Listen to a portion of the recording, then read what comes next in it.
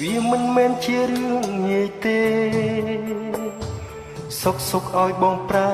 ជាមិត្តវាឈឺណាស់នៅក្នុងចិត្តព្រោះការពិតបងនៅស្នេហ៍អូនមនុស្សធ្លាប់ស្នេហ៍អ្នកណាអាចភ្លេចបើឲ្យគេធ្វើមិនស្គាល់មិនអា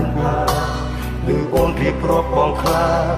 ពេលអូនសុំឲ្យបងដងចិត្ត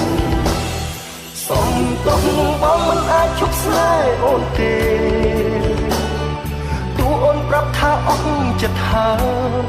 ក៏ពេលនេះបងសូមប្រាប់ថាបេះដូងបងនៅមានរូបអូនដូចដើមព្រមឈឺចាប់តែមិនព្រមឈប់ស្រឡាញ់បរោះនេះព្រមហូរទឹកភ្នែក